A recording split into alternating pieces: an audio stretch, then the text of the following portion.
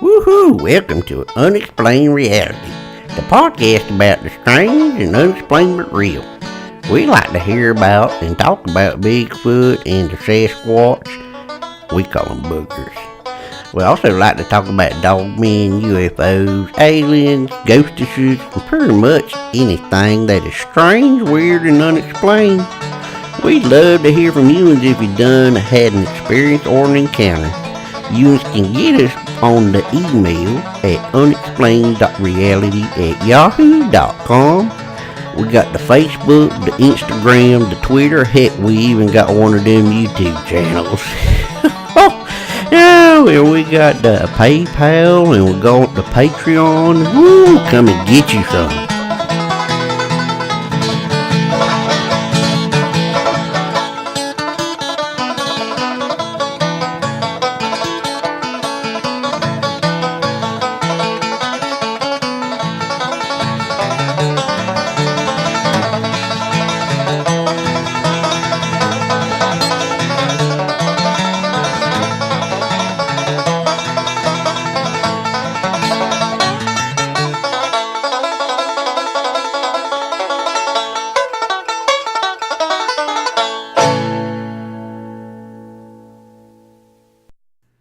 Good evening, everybody, and welcome to Unexplained Reality. I'm Brian Quinn. Harrison's not going to be with us tonight. He's got some work stuff, school stuff he's working on, so he won't be on this episode. Should be back next week. So, hope everybody had a good week. Things have been good here. Sorry we're a little late getting these episodes out, but we got lots of stuff going on. Very busy right now, and it always slips up on me somehow.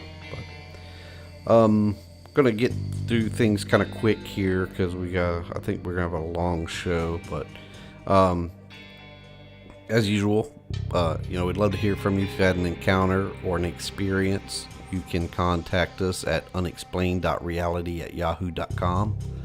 If you'd like to just talk to us, even if you hadn't had an experience, if you had any ideas about episodes or whatever, we had quite a few people write in with some ideas on episodes and provide us some information that we'll be working on for future episodes. So, whatever reason, if you just want to say hey, that's fine too. I did get some feedback this week about us pushing reviews. I apologize if you think we push for reviews too much. It just helps us move up in, makes us more visible to people. So we'll lessen that. We don't want to shove that down people's throats. That's strictly, if you feel obliged to do it, you know how to do it.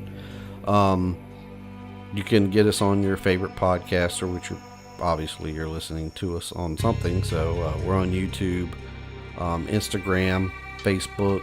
We have a group. You can send us a request to join, and we'll accept you on that and get you in there. Instagram, Twitter, YouTube, and the email. So anyways, I guess we'll get right into it. I don't have a whole lot of news here. I've got one thing, and it's actually from 2014, but I wanted to go ahead and read it. Because it's Bigfoot, which is true and dear to my heart. So, Bigfoot spotted in Pennsylvania. This is from Culver, Pennsylvania. A man in Cambria County says he saw a creature he believes to be Bigfoot. The 59-year-old retired man, who provided a full name but opted to remain anonymous, told Cryptozoology News last week that he was with his truck parking near the woods in 2014. When the animal showed up, I was going hunting. I parked the truck and I saw this thing come out of the woods, he said. The Culver resident claims the bipedal creature then walked down the road as it turned its head back to look at him. It looked at me. It scared me so bad I was shaking. The man describes the animal as black, 8-foot tall primate. He estimates its weight at about 500 pounds. The sighting, he said, lasted a few minutes. The eyewitness did not present photographic evidence of the alleged encounter. So, That's pretty interesting. Apparently, if it's another situation where you have a hunter who witnesses or comes in contact with one of these things and is basically shaken to the core. I've heard many interviews with guys that are seasoned hunters, have been in the woods all their lives, and they come in contact or see one of these out in the woods and they just quit hunting. So it's interesting. It's a powerful situation when you, I believe, when you run into one of these creatures for sure. Got some other things in the news. Obviously, what's happening with Harvey and with the hurricane hitting Texas. That's just incredible. Now it's Louisiana that's getting ready to feel it, or is feeling it. And those rains are actually, the rain bands are starting to hit South Carolina, but obviously not near as bad as what is happening in Houston. It's just, our thoughts and prayers go out to everybody there. It's just horrible thing. Well, I guess, we'll cruise on into our episode tonight. This kind of came at me. I actually heard about this last week, and when I heard about it, it brought up a book I read years ago about this subject, and this subject is the USS Indianapolis.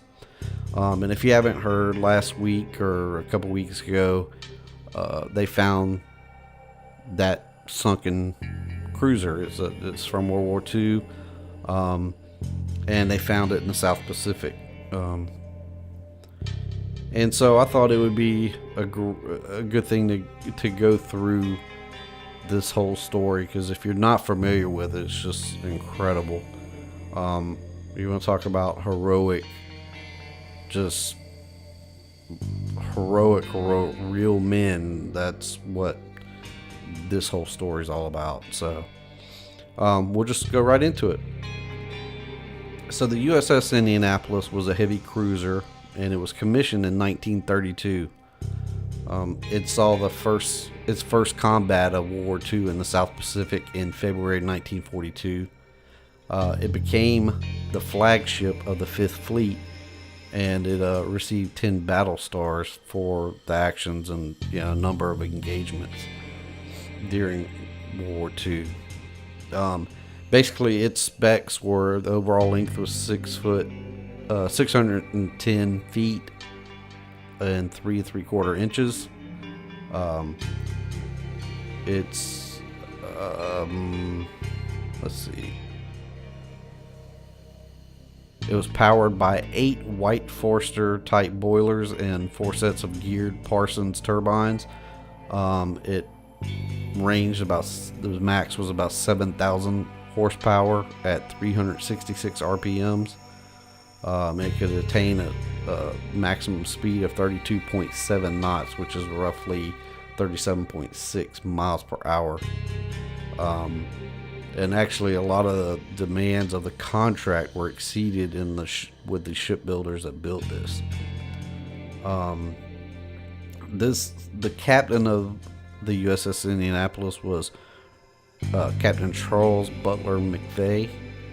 He led the Indianapolis through the invasion of Iwo Jima, then during the Battle of Okinawa, during which the Indianapolis anti-aircraft guns shot down 7 enemy planes before a suicide bomber flew the plane into the Indianapolis, damaging 7 of her decks and inflicting heavy casualties, including 13 dead. So after that happened, in May 1945, the USS Indianapolis pulled into port in Mare Island, which is near San Francisco. So it pulled in. It was heavily damaged, and workers worked diligently because this was the flagship of the Fifth Fleet. They worked diligently to repair the ship, and just so if you aren't familiar, which I wasn't, Mare Island is the naval shipyard. It's located 25 miles northeast of San Francisco, in Vallejo, California. It was actually closed in 1996, but at this time it was in its peak. And for those that don't know, the Fifth Fleet was established in 1944, so just a year before this, and it was established to conduct extensive operations against Japanese forces in the Central Pacific during World War II. World War II ended in 1945, and the Fifth Fleet was deactivated in 1947.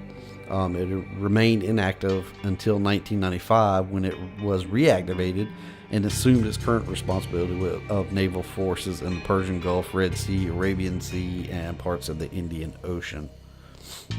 But anyways, back to Captain Charles Butler McVeigh. He was actually Captain Charles Butler McVeigh III.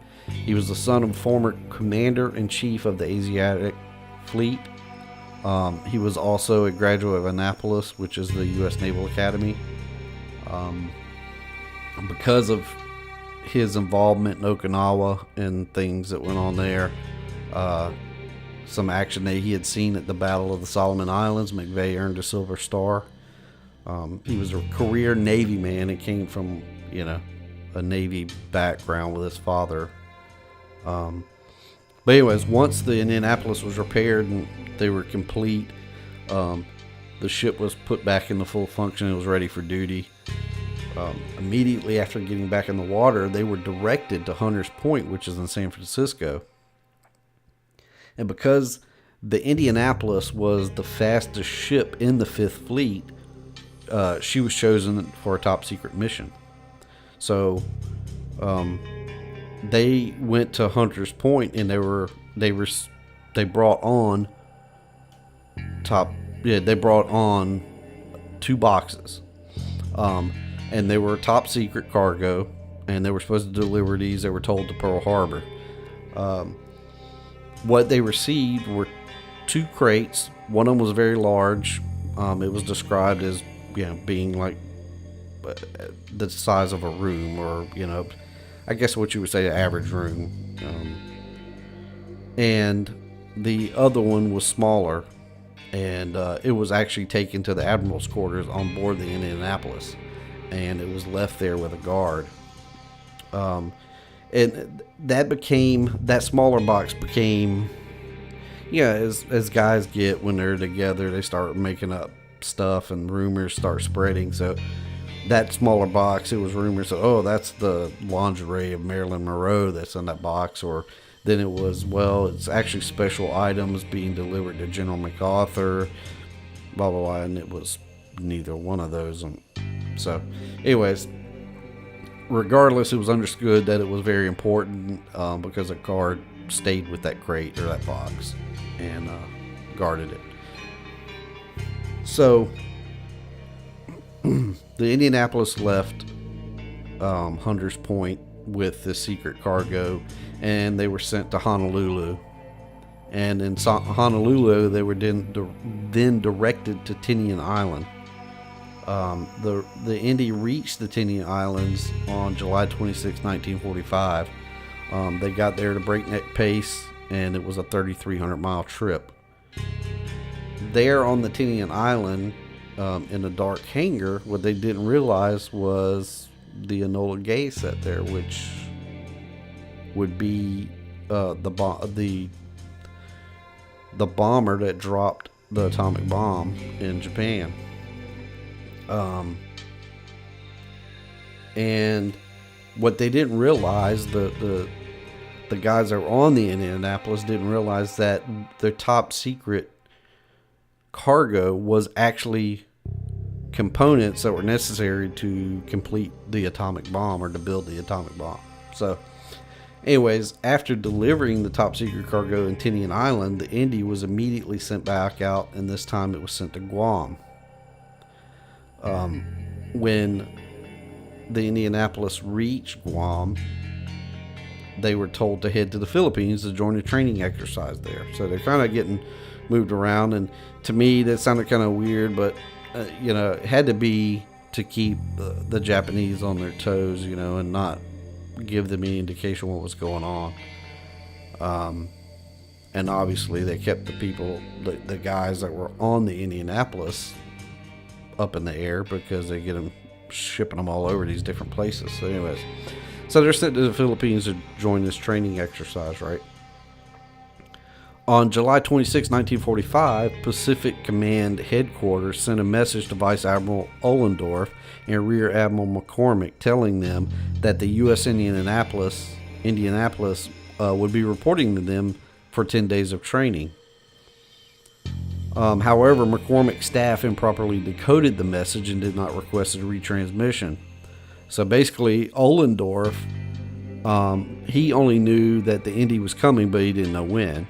McCormick knew the ship was coming, but he didn't know they were supposed to report to him for training. So it was there was some miscommunication there, some lost communication. So anyways, before leaving Guam, Captain McVeigh asked for a destroyer escort, but HQ denied the request. I mean, they knew submarines are out there. The Japanese had submarines, so obviously they would like to have an escort to help keep them safe.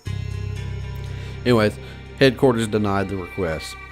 They stated there had been no Japanese submarine activity in the area recently, so it should be good. However, they did instruct Captain McVeigh to implement the evasive maneuver known as zigzagging at his discretion. So there's no subs here, but just in case you should travel zigzagging. However, another lapse in communication, I guess, is that indeed there actually had been submarine attacks in the waters he was about to set sail into. In fact, 4 days prior to leaving Guam, Japanese submarine I-53 had torpedoed a U.S. destroyer and sunk it. And in fact, submarine I-58 of the Japanese Taimon submarine fleet arrived in Guam shipping lane on July 27, 1945. The commander of that submarine, I-58, was Lieutenant Commander Mochitsura Hashimoto. He was an academy-trained officer and a submarine commander in the Imperial Japanese Navy during World War II. The Taimon Group, or Taimon Subgroup, was actually a submarine group a Japanese submarine group consisting of I-47, I-53, I-363, I-366, and I-367 submarines, and of course I-58. And the I-58 was a Type B-3 submarine. It was 357 feet in length and was powered by two Campon Mk-22 diesel engines, which created 4,700 horsepower. Underwater, it could travel at 6.5 knots. On the surface, it could travel at 17.7 knots, and it had a crew of around 94 people. A day out from Guam, Captain McVeigh, understanding that his crew was tired and they'd left San Francisco and made like breakneck pace to Hawaii and then to the Tinian Islands and then to Guam to the Philippines, where they were headed now. They were wore out. So he decided it'd be a good idea to boost their morale by allowing what is known, I guess in Navy terms, as Rope Yarn Sunday. And what this means is that you still have your post to man, you still have your duties. However, all external or extracurricular, I guess, training or exercises are paused for the day. So there's no really extra training or lectures or anything like that. So this day of freedom, or relaxed day, did indeed boost morale among the crew, and they said stated that they ended their day watching a huge sunset, a magnificent sunset. So at 7:30 p.m. Sunday, July 30th, Captain McVeigh ordered zigzagging to be halted due to choppy waters and no submarine activity that they were aware of.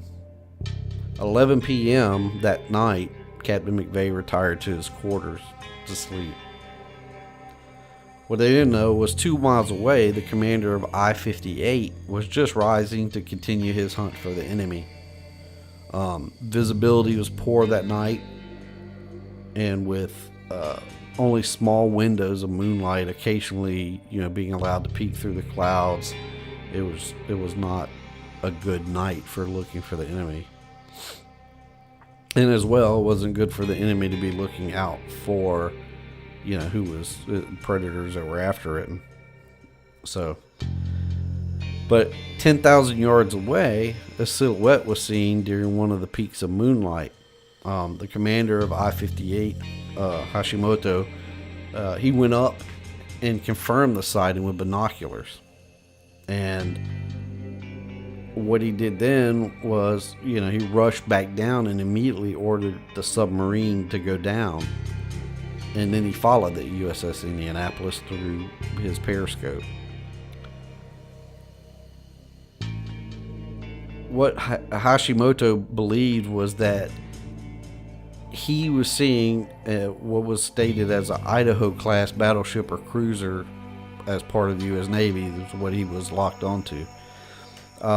I couldn't find anything about the Idaho class, so it was not a legitimate class. I'm thinking maybe he thought it was the USS Idaho. It's the only thing I could find. But regardless, he saw the Indianapolis. So at 12:05 a.m., Hashimoto ordered torpedoes to be fired. 6 torpedoes were launched, and I think they were launched at like 2 seconds apart. Is how the mechanism worked. There were 1,196 crew on board the USS Indianapolis, and the majority of those were sleeping when the torpedoes hit their mark. The first torpedo hit the starboard bow of the Indianapolis. And just if you don't know, the bow is the front part of the ship.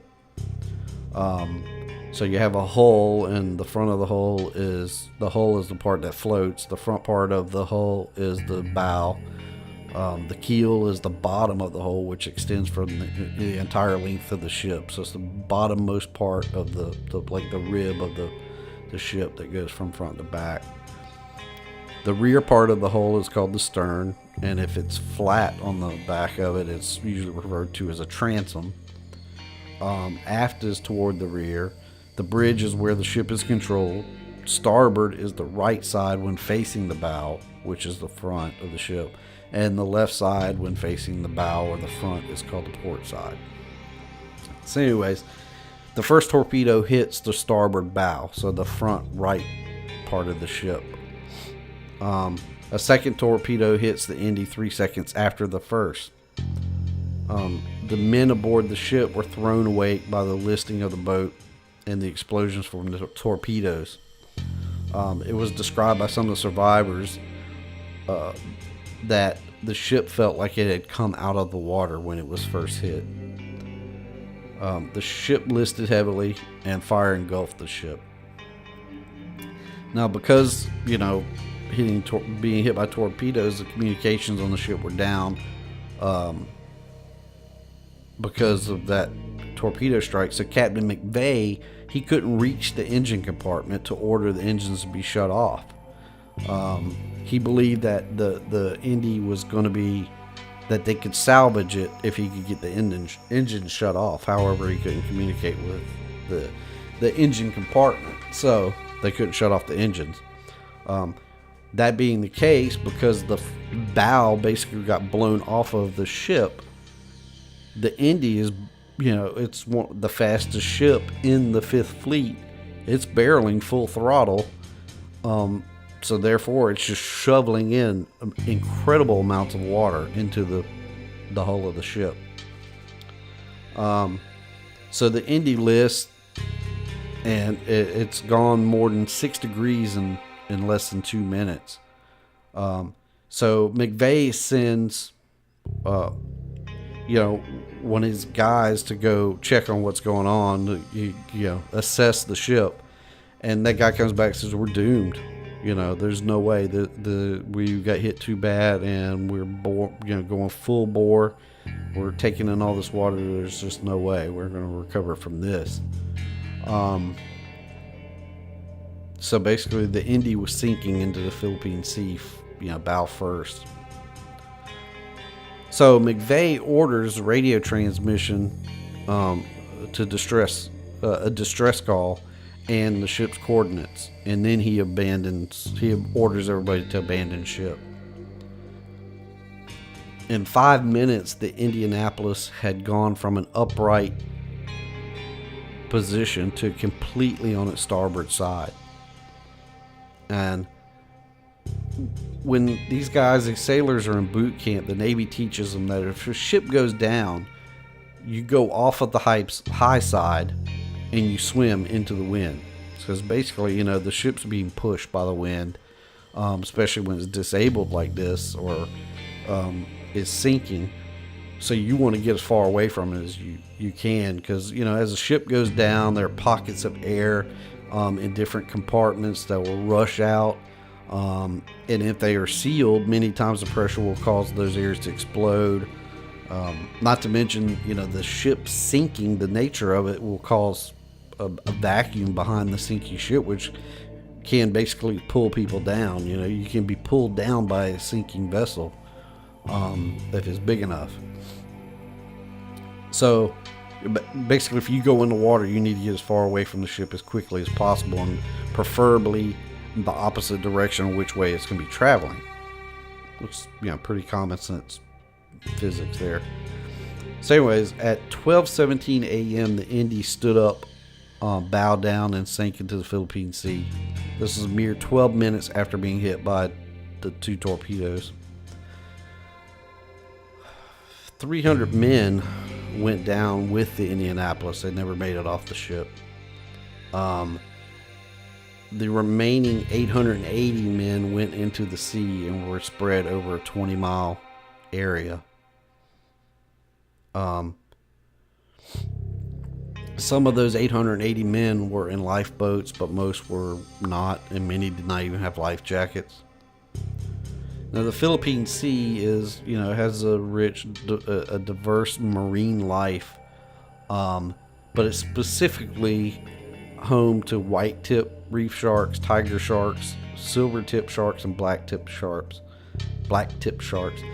And if you know anything about sharks, tiger sharks are probably one of the most aggressive sharks in the ocean.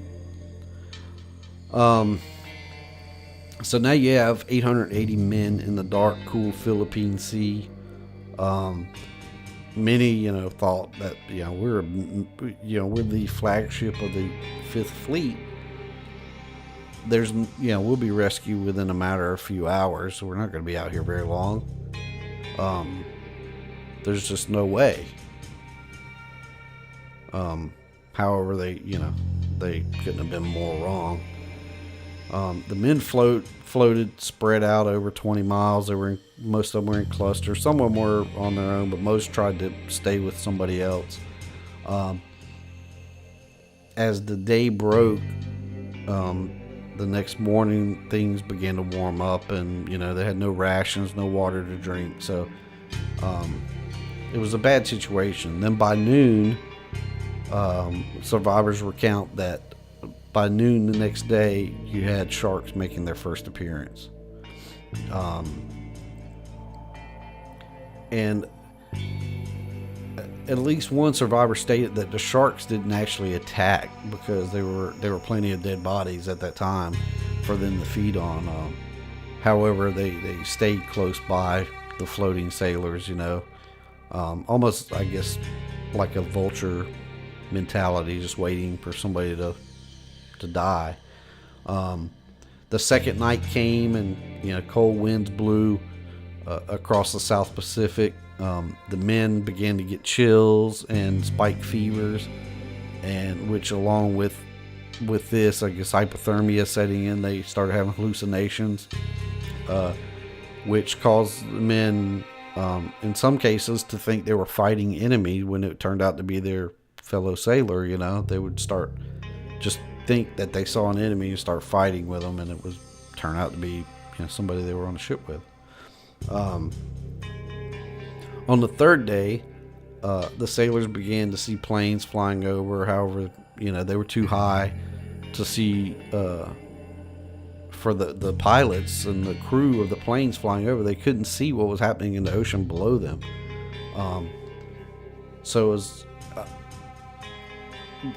that's got to play on you mentally. If you're in this situation and you've been in the water for 3 days and you see something fly over, and knowing that they're right there, but you can't get their attention. They're not going to see you, no matter how much you flail and move your hands around. They're just not going to see you. So by the end of day 3, more than half of the 880 men were dead. Drinking salt water became prevalent among the guys there, and they just couldn't help themselves. I mean, you think about it, you're starving, you're thirsty, and you're surrounded by water. You just want to drink it, and even though you shouldn't. For one of the groups, they said towards the end, if someone drank salt water, they would just push that person away from the group to float on their own, because they knew what the salt water was going to do. The salt water, just has the opposite effect of what you would think when you're in that situation. You think, oh wow, I just need just that little bit of cool water in my tongue, in my throat, to quench that thirst. And initially, the psychological part tricks you into thinking you're doing the right thing. However, salt water it's salt, so you're taking in salt, and it goes in your body. Your sodium is increased. That increases your thirst, and it actually speeds up dehydration, which causes all kinds of issues. You start hallucinating. You start doing crazy stuff, and eventually your organs start failing. So, to add to the already horrible situation, the life jackets that the guys were wearing, for the ones that weren't in life rafts, these life jackets, after being in the water for 4 days, begin to lose their buoyancy. So it's made it even harder for them to tread water, which led to exhaustion. And many of these guys died just from that, just from complete exhaustion. Some of them would take off their life jackets and try to be without them for a little while to, actually have less weight on them, and then put them back on. And, the whole while they're having to tread water, and just, wears you out. You have no food, you have no water to intake. Your body just can't take that. And not to mention, you got the sun beating down on you during the day, so you're getting sunburn, which is also helping to dehydrate you. And then at night, you're freezing because you're in the cold water. You got cold winds blowing across you, so you're going to hypothermia. It's just crazy conditions. It's horrible. It's like the worst possible conditions to try to survive in.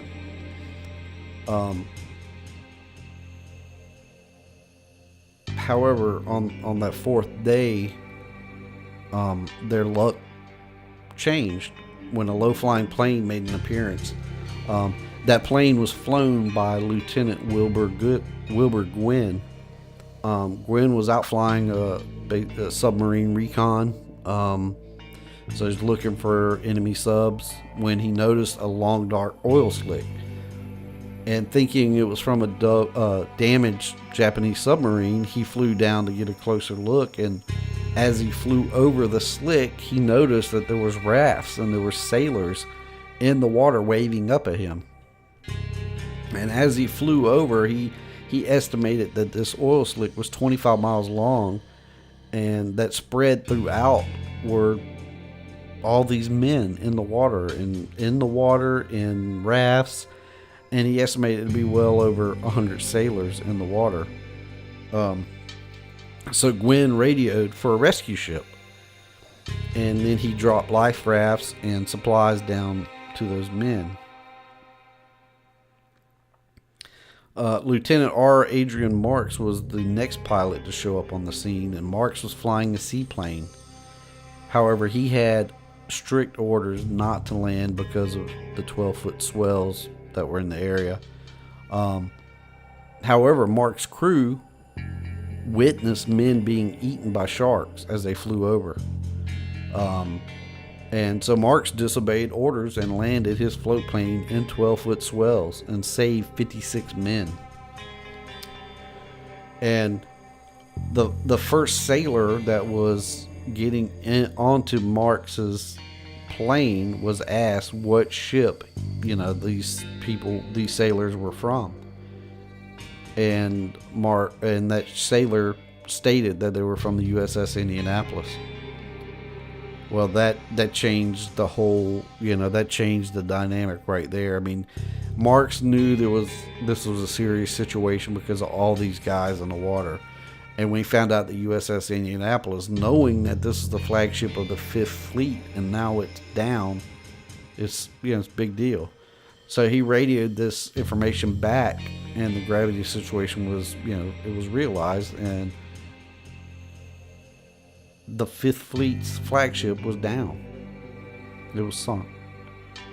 So now numerous Navy ships were redirected to the location. The first ship to arrive was the Cecil J. Doyle. It arrived at 12 a.m. on August 3rd. Other ships arrived shortly after. That last group to be pulled out of the water was pulled out 24 hours after they were first spotted by Lieutenant Gwynn. And that raft was Captain McVeigh's raft and the group that was with him. Of the 1,196 men that were on the USS Indianapolis, only 316 of those men survived. I mean, that's just an incredible number. I mean,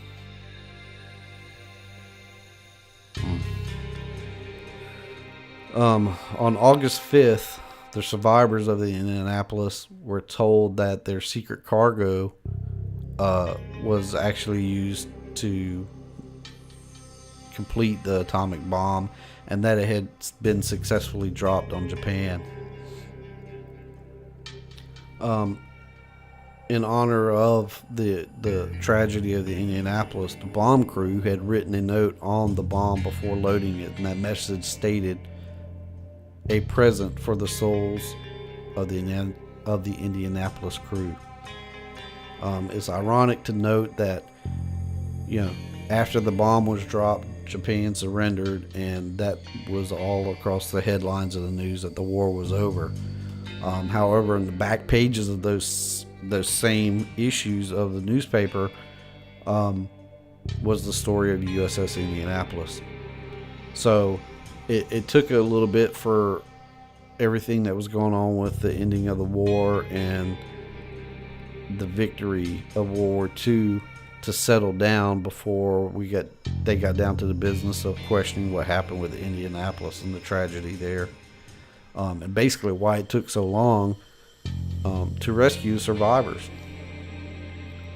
And so on August 12th, Secretary of Defense James Forrestal sent down a directive through the ranks of the Navy that Captain McVeigh was to be court-martialed for the tragedy of the USS Indianapolis.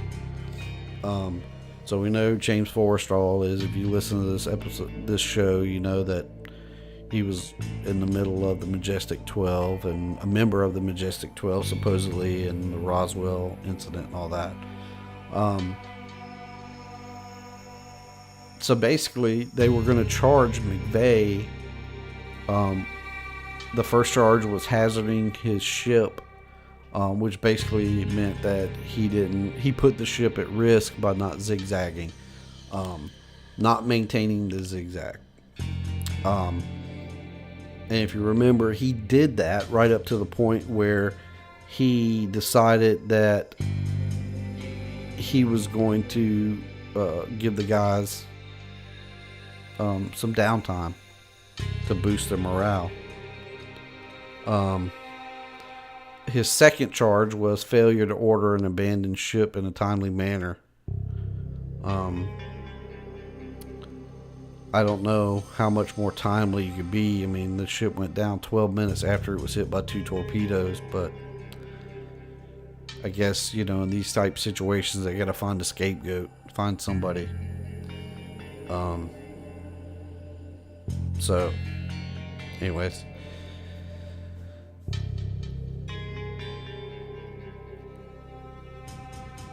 Many of the Navy command, including Admiral Nimitz, did not believe McVeigh should be court-martialed. This included survivors, and who some of which were called to testify. It's interesting that in a shocking move by the prosecution during the court-martial, they flew in the commander of the Japanese sub that sunk the Indianapolis to have him testify. He basically testified that what they basically wanted him to say is that he was able to sink the USS Indianapolis because McVeigh was not zigzagging the ship. He actually helped McVeigh somewhat because he said, not zigzagging made it easier. So it'd be harder to have hit the Indianapolis if it was zigzagging. However, I still would have sunk it. So it was actually kind of a positive. It was basically say that it didn't matter what McVeigh did, he was still going to get him.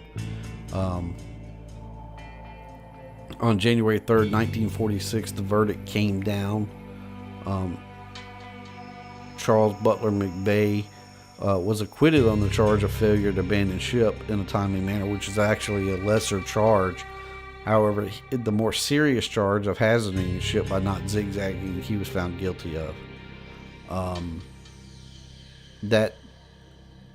That charge eventually would be rebuked, and he was eventually promoted to Rear Admiral, which is kind of what his life goal was. For his career in the Navy. However, as you can imagine, losing that amount of men and the ship played on his mind. It really stayed with him for a long time, and until November 6, 1968. Which is when Charles Butler McVeigh III committed suicide with a service revolver on the front porch of his Litchfield, Massachusetts home. He just couldn't, he'd been dealing psychologically with all these lives that he felt that he was basically responsible for. And, just played on him. And even though the surviving crew and friends and family tried to talk to him and tell him, it's not your fault, this is just how war is, and you can't do this to yourself. It just got to him, and like I said, on November 6, 1968, he took his own life. Basically probably put himself out of misery. I'm sure he'd been in misery since that night at 12:05 a.m. when those torpedoes hit. So it's interesting that the whole situation, with the court martial, they never really got to the root of why it took so long for the rescue to come. But basically it was explained that, the USS Indianapolis was on top secret mission, and therefore it was operating under a policy of radio silence, so that is why the SOS messages were never received. And however, there was declassified records that showed, in fact, 3 SOS messages were received separately. So 3 SOS messages came out of the USS Indianapolis, and all 3 were received to separate commanders. However, none of them were acted upon. The first one being that the commander thought it was simply a trick by the Japanese, so he didn't take it serious. The second, he had given orders that he didn't want to be disturbed. So the SOS came in, but nobody wanted to wake up the commander because he told them, "Don't disturb me." And the third was the commander was too drunk to respond. So it's the biggest naval tragedy in U.S. history, and probably, I would imagine, the world. I don't know that there's ever been a naval tragedy in any other country quite as horrible and as much loss of life as this.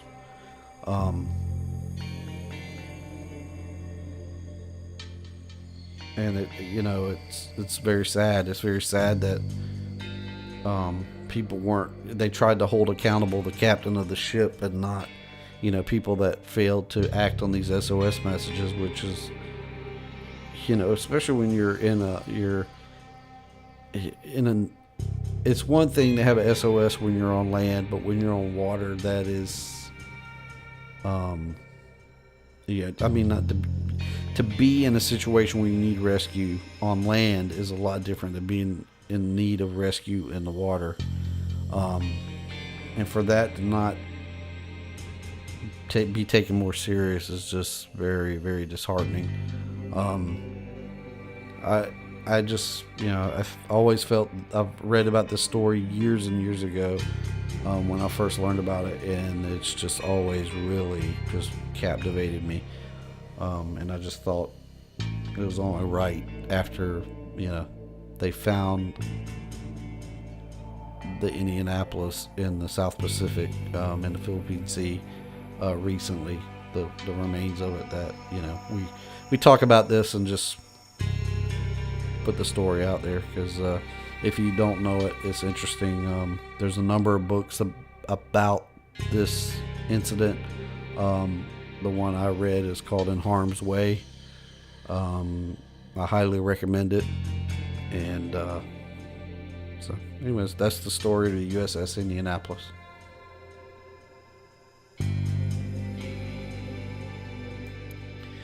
Thanks everybody for listening tonight, and I hope you enjoyed the story of the USS Indianapolis.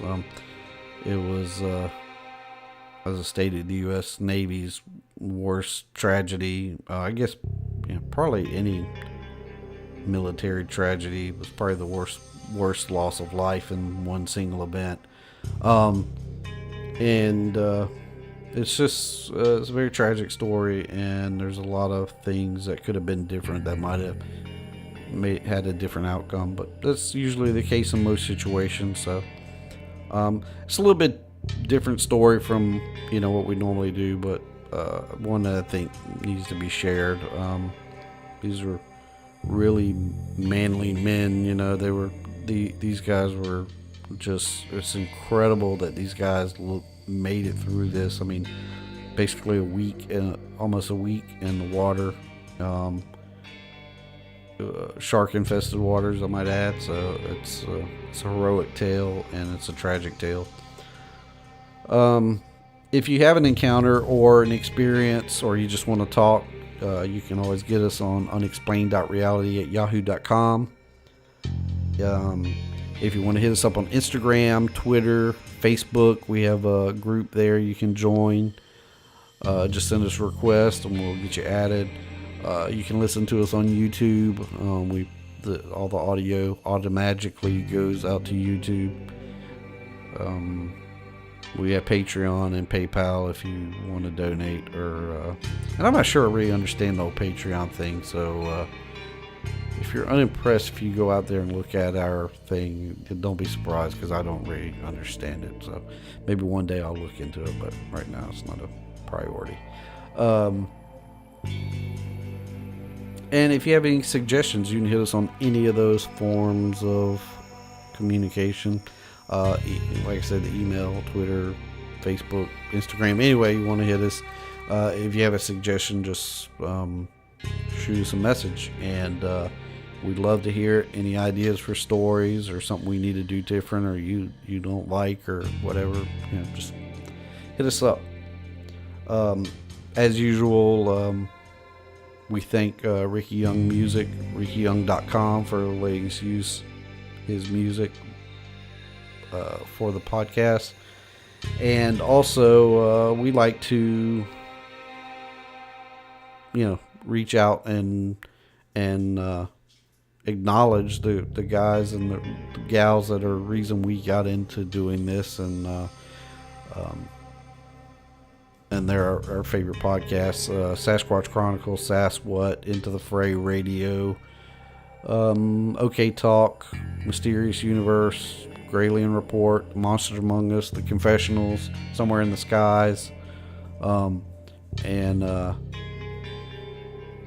Cryptid Crate, which is Derek Hayes, who does Monsters Among Us. He has a Cryptid box service. You've heard the commercials during our episodes recently. Check him out. It's a monthly subscription, and you get a box every month with cool cryptid stuff. It's really cool service. So cryptidcrate.com. I guess that'll be it for tonight. We'll see you guys next week. Maybe Harrison will be back with us, and hope everybody has a good week.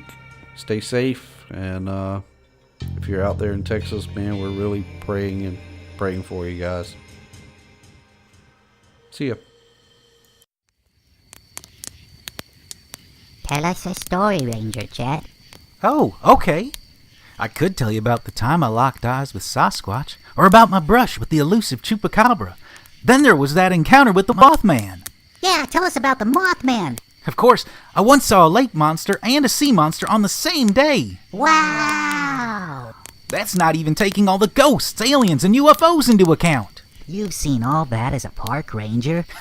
No, son. Those are the creatures I've encountered in my Cryptid Crate. What's a Cryptid Crate? Cryptid Crate is a monthly subscription box that arrives on your doorstep each and every month.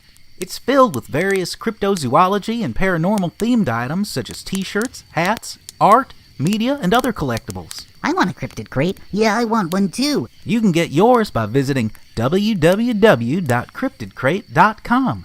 Sign up is quick and easy, and shipping is always free. I can't wait to get my Cryptid Crate, but for now, how about that story?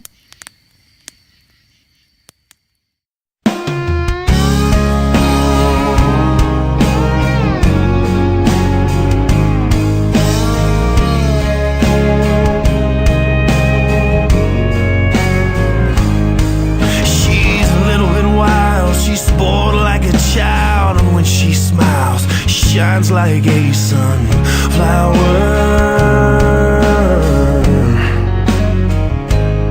She's got beautiful eyes, and she uses those eyes like she's exercising some kind of superpower.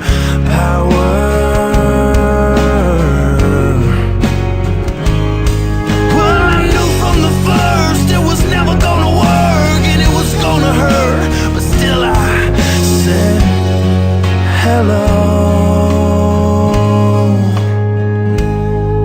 And that dress she was in was so light and thin, like a whispering wind, and she looked so good in yellow.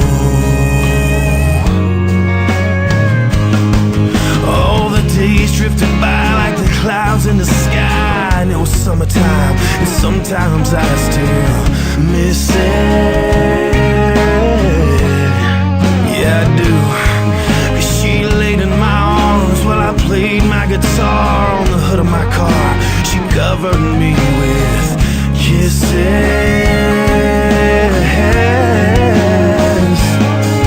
Oh, the love we made was a fiery race through a breathless place, but sometimes it was mellow. Man, that sunset there, falling on her hair, God, I swear, she looks so good in yellow.